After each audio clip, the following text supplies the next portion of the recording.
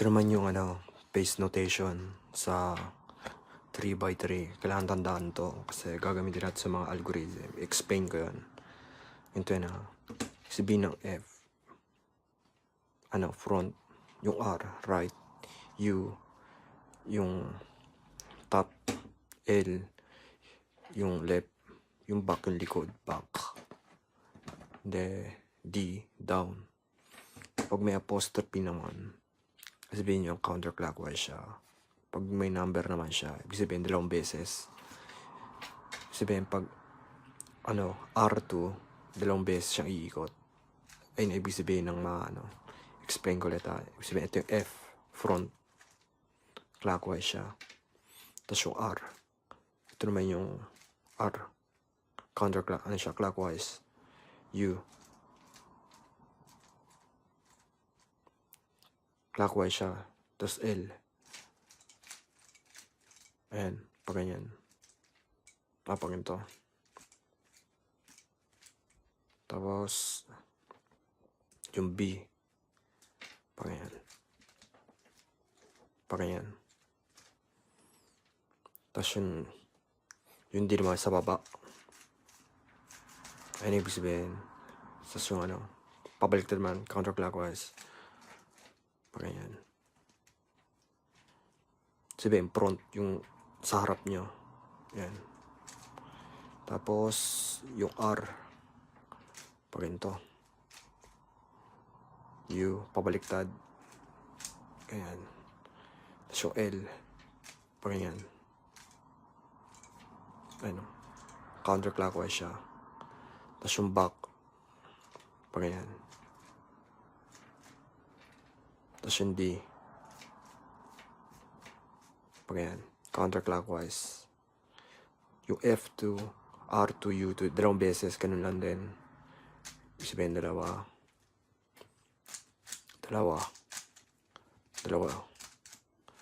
Ayun yung ibig sabihin niya. Ayun yung mga paste notation. Tandaan nyo to kasi kailangan tumamaya sa mga algorithm natin. Okay, ito na. Bubuin na natin yung Rubik's Cube. So, ang first layer, sa Rubik's Cube may mga layer to. First, second, third layer. Yung first layer sa taas. Yung second layer dito sa gitna. Tapos yung third layer sa baba. Yung last part. Sabihin, gagawin natin yung first layer muna. Gagawa tayo ng cross.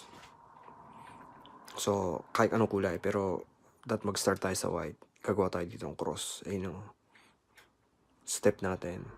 So, ito. Pag nandito, pag may gintong pattern kayo nakita, puti, blue, ikot nyo. Ganyan. Pares na. Tapos hahanapin nyo yung blue katapat. Ayan. Ayun yung tatandaan. Next naman.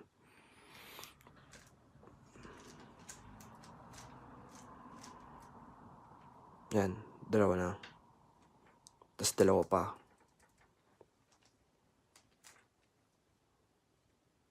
Isa pa.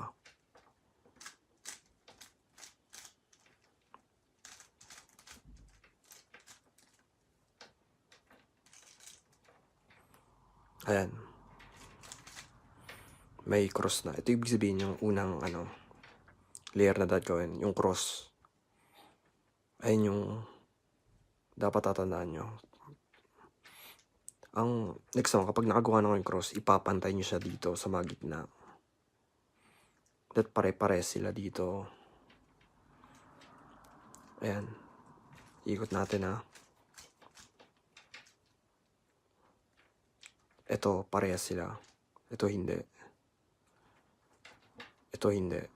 Isipin, pati itong 2, kailangan pagpalitin. Para pagpalitin, ganito Ayan. Ibababa nyo isa.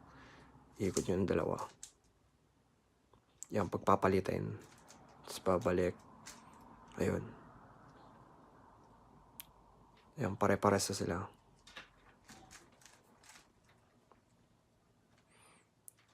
Ayun yung una, yung cross. Pagpapalitin itong 2. Kunyari, ito yung baliktad silang dalawa. Para pagpalitin ngayon.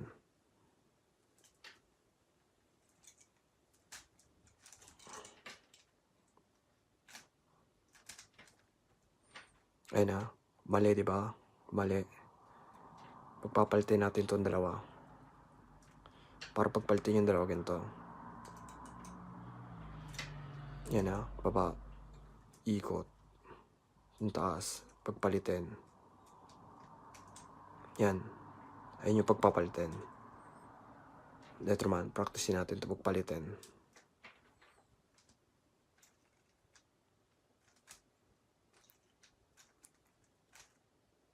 Yan na, baliktad.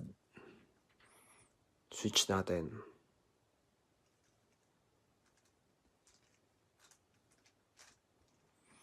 Yan, ayun yung cross. Dapat ang cross, pare-para sila dito. Yan, parehas.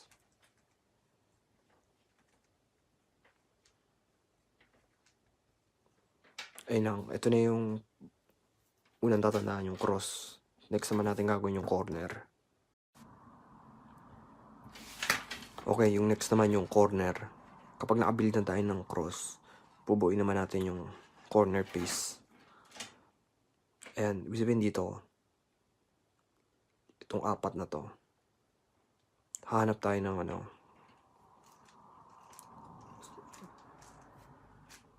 hindi to kasi iba silang kulay. Green siya, red. Sabihin hindi siya dito.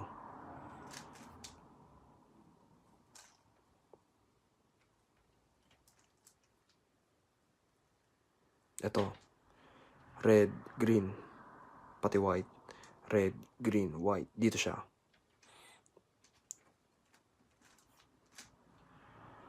Kapag may ganitong pattern, kapag nakalagay siya dito, iikot mo siya dito ng isa, dalawa, pa ganyan.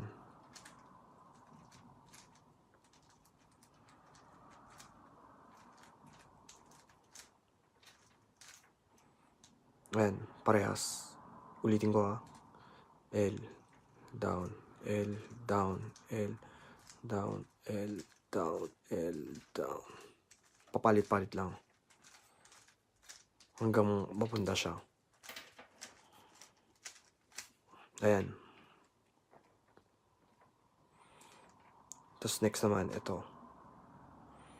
Itong puti, orange, pati green. Dito siya. Green, orange, pati puti. Ilalagay, pag sa cube, ganyan ha. Gets nyo? Ilalagay nyo dito sa gilid. Ibababa nyo to. Baba, angat. Pares na, diba? Ito nasa gilid na naman, diba? Ilalagay nyo dito siya, diba? Kasi orange, blue, pati white. Kapag nandito siya, ilipan nyo siya dito.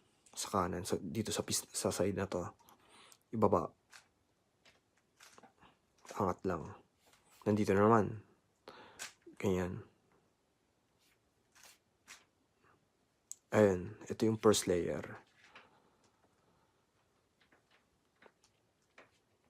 Ayan yung first layer na tatandaan. Isipin, lahat silang mga side pare-parehas. Explain ko ulit ha. Kapag nandito sa kaliwa, pag nandito, gusto nyo ilagay dito. Yan, baba, ganun lang.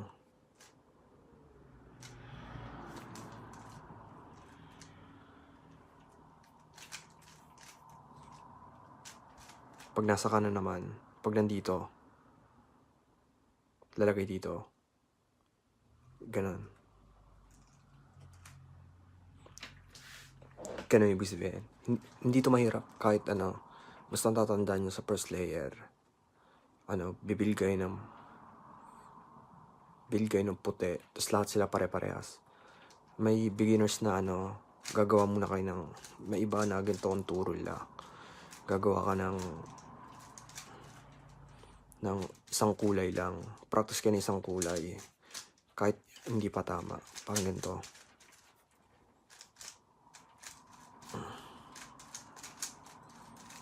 Yan. Ganito, di ba kapag beginners kayo, gagawa lang ng isang kulay. Pwede rin ganun kahit hindi nyo sundan yung gagawa ng cross-patting corner. Basta makagawa ka ng first na kulay nyo. Okay yun. Ang tatandaan nyo, pare-pares lang dapat yung mga gilid. Madali lang to. Itong dapat tatandaan nyo kasi hindi na kailangan ng algorithm dahil pag hindi nyo ito nagawa, mahirapan kayo sa next kasi puro algorithm na yung topic. Ganyan. Gawa lang kayo ng isang kulay tapos ito, pagpapalitin nyo, ito pati ito pagpapalitin, i-try nyo lang yung mga ganyan. May ganito ring technique. Gagawa first isang kulay lang, pagpapalitin nyo na lang. Pwede din yun. Pero gusto ko yung ganito. Build ka ng cross tas yung corner. Para for beginners talaga. So, ayun lang.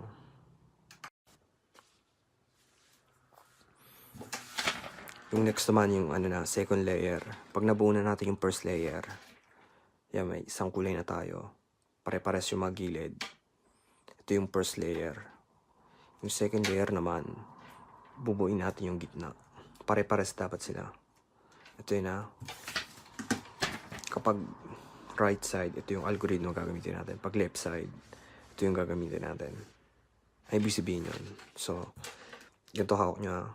Nasa taas yung nabuo nyo. Hahanap kayo ng T.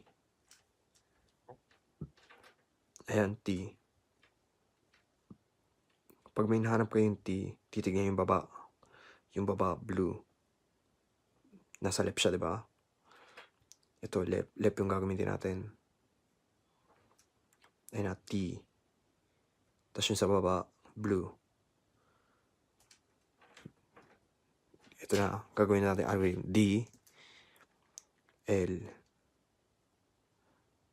down prime, L prime. D prime, F prime, D, F. Ayun, pares na sila. Ito tandaan nyo D, L, D prime, L prime, D prime, F prime, D, F. Kapag nandito yung papupunta, pag ito yung prepare nyo, gagawin L side. Pag right side naman dito, ito yung algorithm na gagamitin nyo. Explain natin ulit And T. Lalagay natin dito. Kasi green, diba? Sa baba green. Ito yung indicator natin. T.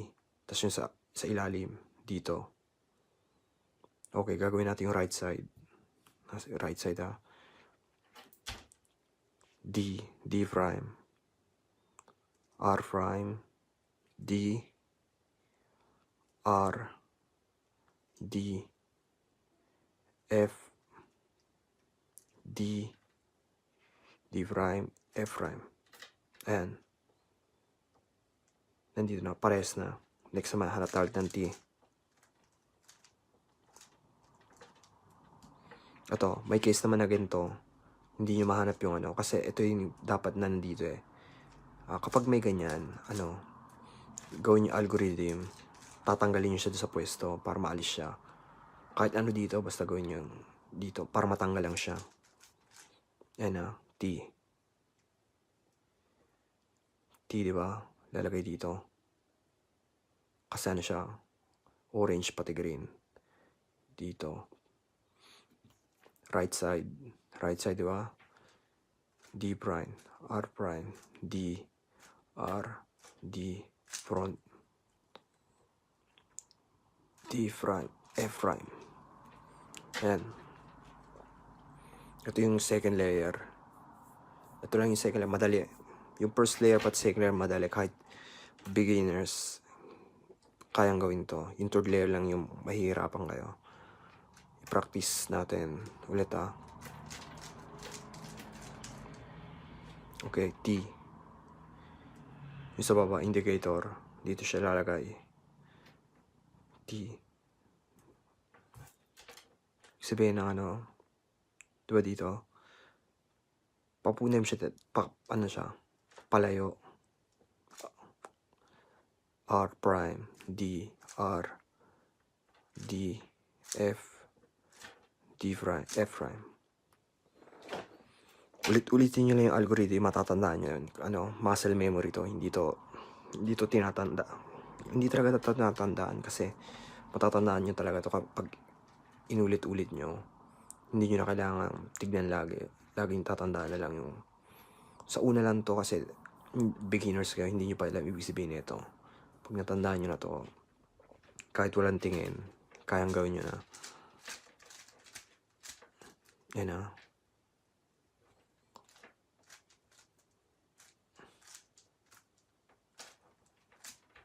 May iba ring move na ginto. May pa ganun. Basta, ano lang, tandaan nyo lang. Marami ring ibang... Ito na, yung third layer.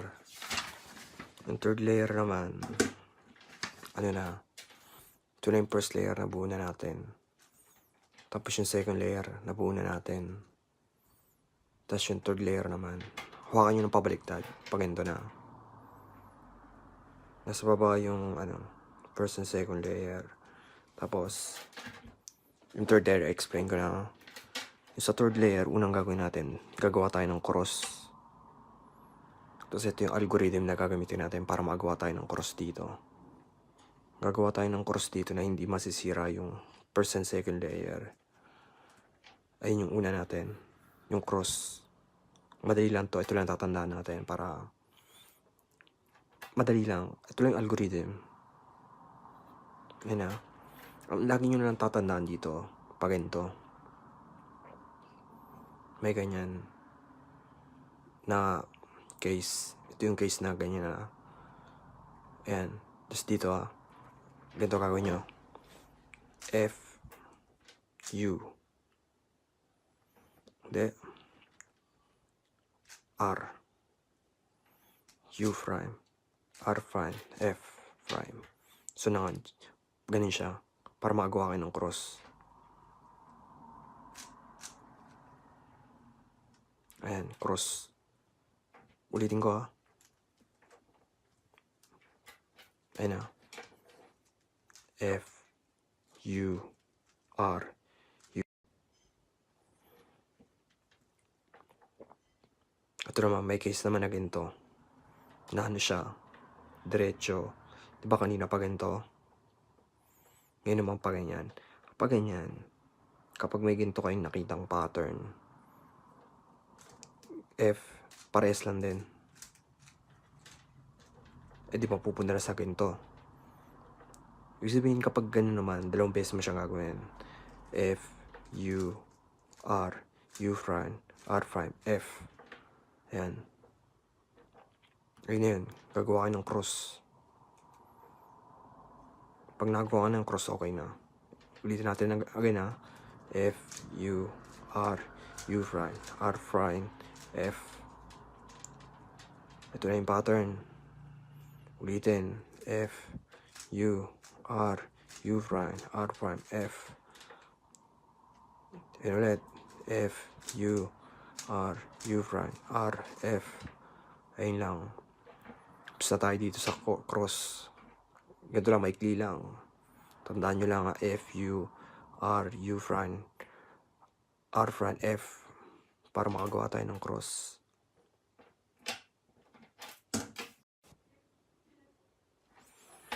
Ito na yung next. Pag nakabuild na tayo ng cross, ang gagawin naman natin, i-check natin yung kung pare-pares na sila dito. Ayan, di ba? Pares sila. Pares sila. Ito hindi. Ito hindi. Sabihin, mali silang dalawa.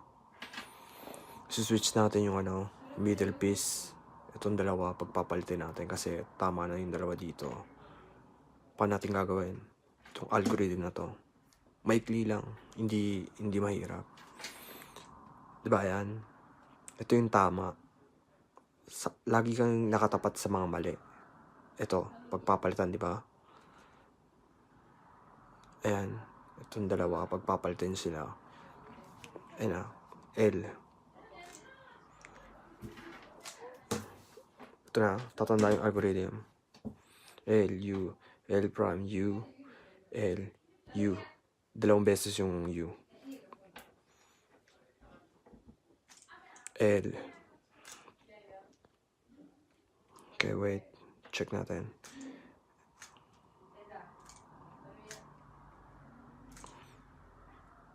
L, U, L prime, U, L.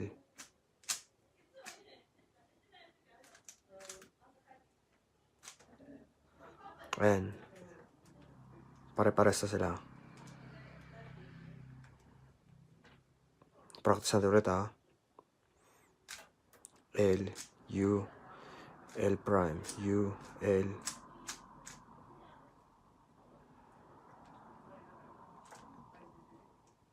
Yan na, practice natin. Ito pati to.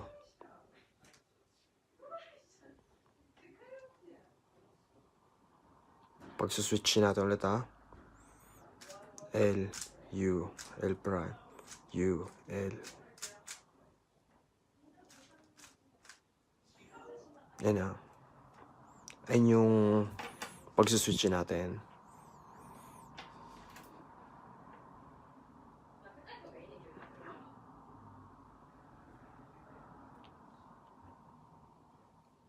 Ayun na.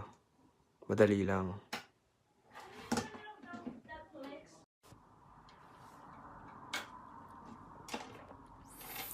Next na natin gagawin kapag nabuo na natin dito yung cross.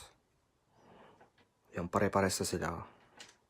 Ang next natin gagawin naman, itong H move. Ang ibig sabihin nito, ang unang hahanapin natin dito, yung parehas na dito. Pati dito. Ibig sabihin wala. Wala yung mga parehas dito sa puti. Pati sa mga gilid. Ang gagawin natin to. Diba? Ang move niyan, R. Pag yan.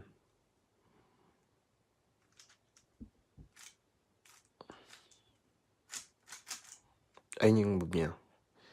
Ang move na yan, i-rotate yung tatlo. Ito na yan. Ito puti. Red and blue. Nasa tamang posisyon na siya. Red, blue, white. Nasa tamang posisyon. Pag ginamit natin itong H move na to, maro-rotate itong tatlo. So, gawin natin na.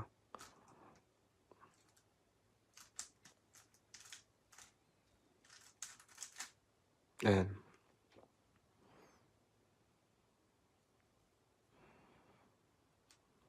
Ito na. Nasa tamang posisyon na silang lahat. Ayan. Ito yung H move. Kasi mabubuo na natin dito yung Rubik's Cube. Para sa huling piece na. Pero hindi, ipapractice muna natin.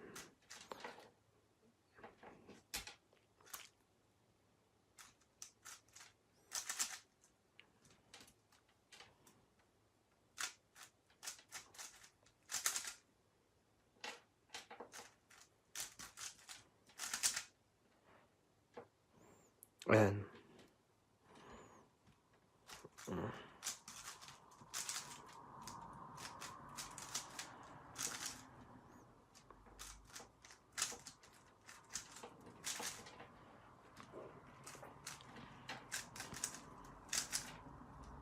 Yan, may ganito namang case na buo dito. Lagi dito yung tama. Tapos, pag ginamit natin itong H move, maro-rotate yung tatlo. Pero hindi na natin kailangan i-rotate kasi nasa tamang posisyon na sila. Ito yung H move. Ulitin natin, R, L prime, U prime, L, U, R prime, U prime, L prime, U, L. Ayun yung move na yan.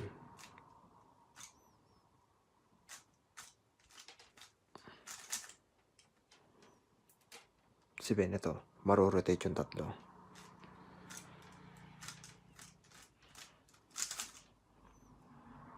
Ayan, ito yung H move para marotate yung tatlo. I-practice nyo yung mga algorithm. Ito na yan.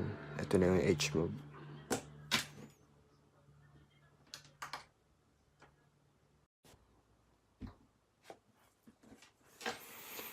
Nandito na tayo sa last, yung corner na lang.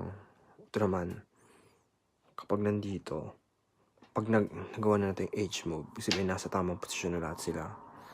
Ang dapat kailangan natin gawin, itong tatlo. Ibig sabihin ito sa taas, ito yung indicator natin.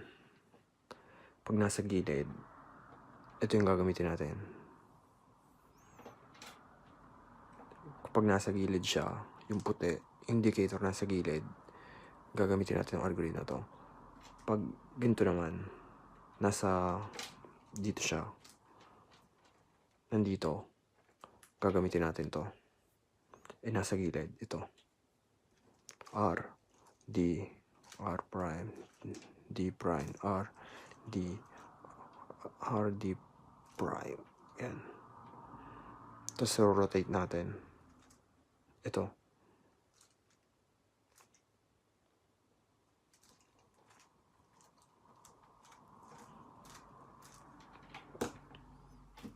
Ayan. Diba nasa likod na?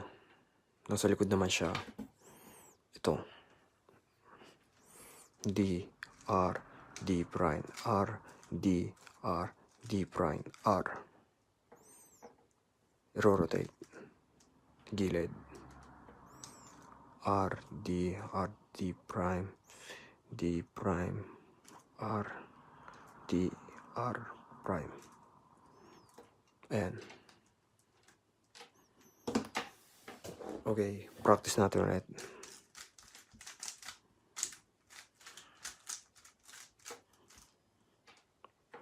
Okay. Ayan na. Nasa likod, yung indicator natin. Blue. Backside siya. D, R, D prime, R, D, R, D prime, R prime. Ayun na, tama na. Rotate. Side. R, D, R prime, D prime, R, D, R prime. Ayun na. Ayun yung last corner.